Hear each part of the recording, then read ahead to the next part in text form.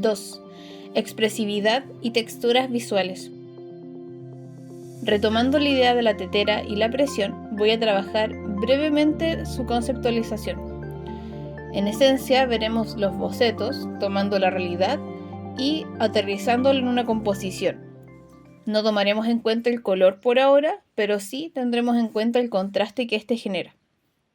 Para ello, estaré usando esta pequeña tetera de adorno para dibujarlo un rato y poder comprender sus formas. Consideraré también su textura metálica, el brillo que refleja y sobre todo el contraste claro-oscuro.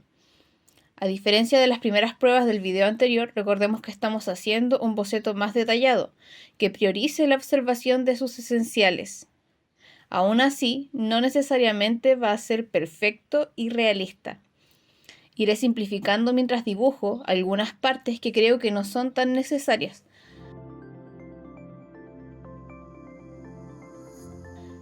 Probaré experimentar, dejar correr la tinta en las zonas más oscuras. También dejaré algunos espacios en blanco. Y es en este punto que para mí es más importante no hacer trazos perfectos y permitirme un poco de libertad para explorar la técnica en relación al objeto que veo.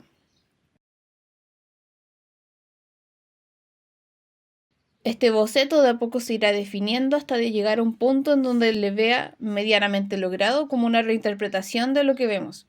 Ahora, con este resultado previo, toca intencionarla como ilustración.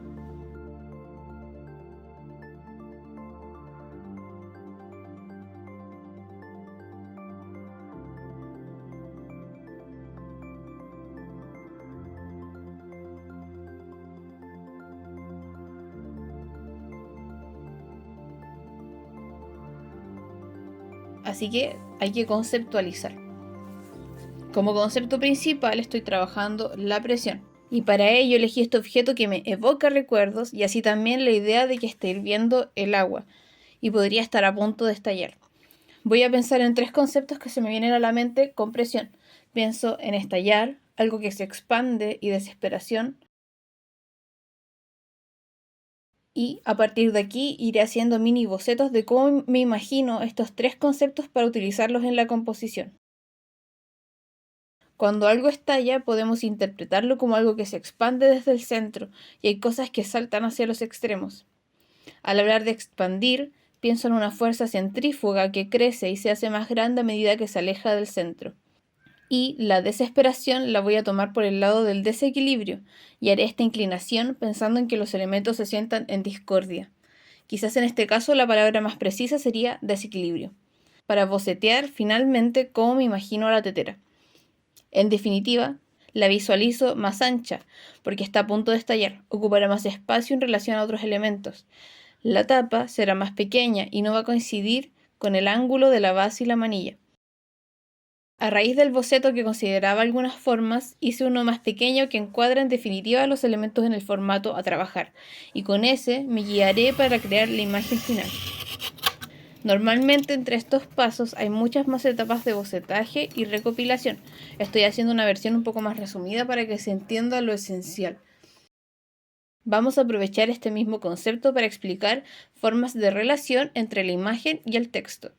Estos conceptos son el lenguaje que se trabaja en libro-álbum, pero también pueden ser aplicados a otros proyectos. Como ya vimos, una aproximación a la ilustración, esta vez andaremos cómo funciona cuando hay un texto que aparece con la imagen. Siguiendo la idea de la presión, crearé una frase y mantendré el objeto a ilustrar, pero de 3 formas distintas. Hay 3 tipos de relación texto-imagen de las que podemos hablar, y cada una aumenta más su complementariedad y o necesidad entre ellas. La primera es el acuerdo, que es en donde el texto y la imagen se complementan entre sí, de manera que son necesarios el uno al otro, pero nos entregan más información. En este caso, la tetera va a estar a punto de estallar, así que tomaremos algunos de los conceptos anteriores que quedaron en boceto.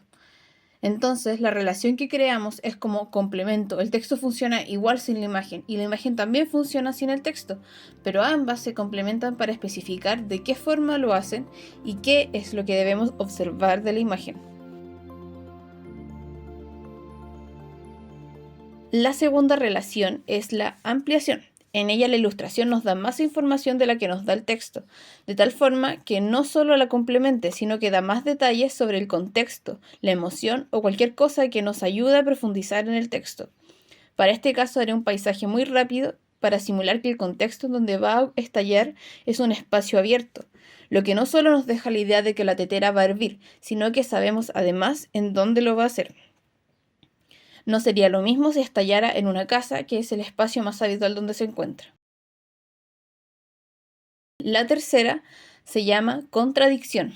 Tal como dice su nombre, el texto se contradice con la imagen y eso nos da otra narrativa, lo que nos puede hacer dudar de la veracidad con que nos hablan los personajes, o la veracidad misma del autor o la autora. Hay que recordar que todas estas herramientas se utilizan con un motivo, como complemento para contar una historia de otra forma, generar y enriquecer la narrativa con otras interpretaciones de esta. En este caso vamos a hacer una ilustración similar a la del acuerdo, pero para usar la contradicción la tetera no va a estallar. Y esto, que es súper simple, generará dudas en el lector. No sabrá si es mentira el texto o quizás no estalla la tetera, pero sí otra situación o cosa. Como último tema de esta cápsula, veremos el uso de texturas. Creo que son muy importantes para enriquecer la narrativa, los contrastes y aportar al contexto en que se narra. Podemos hacer texturas probando con diferentes herramientas y patrones, usando tintas o pigmentos acuosos, oleosos, secos, diluidos o concentrados.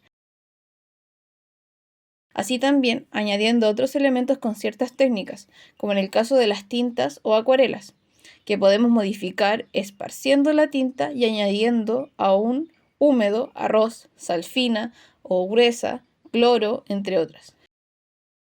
La idea es experimentar con lo que tengas a mano. Para este ejercicio utilicé sal y cloro.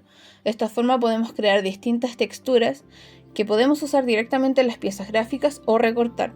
Así también tenerlas escaneadas para usarlas en digital.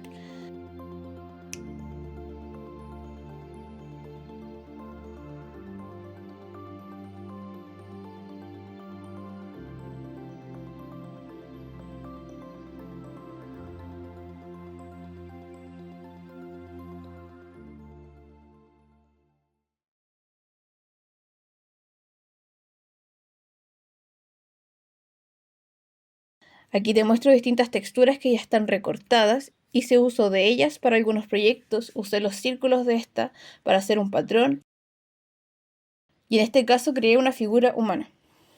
Además, con ella recortada, añadí sombras con un policromo para darle más consistencia a la forma y al hecho de que tiene una fuente de luz, existe en un plano multidimensional.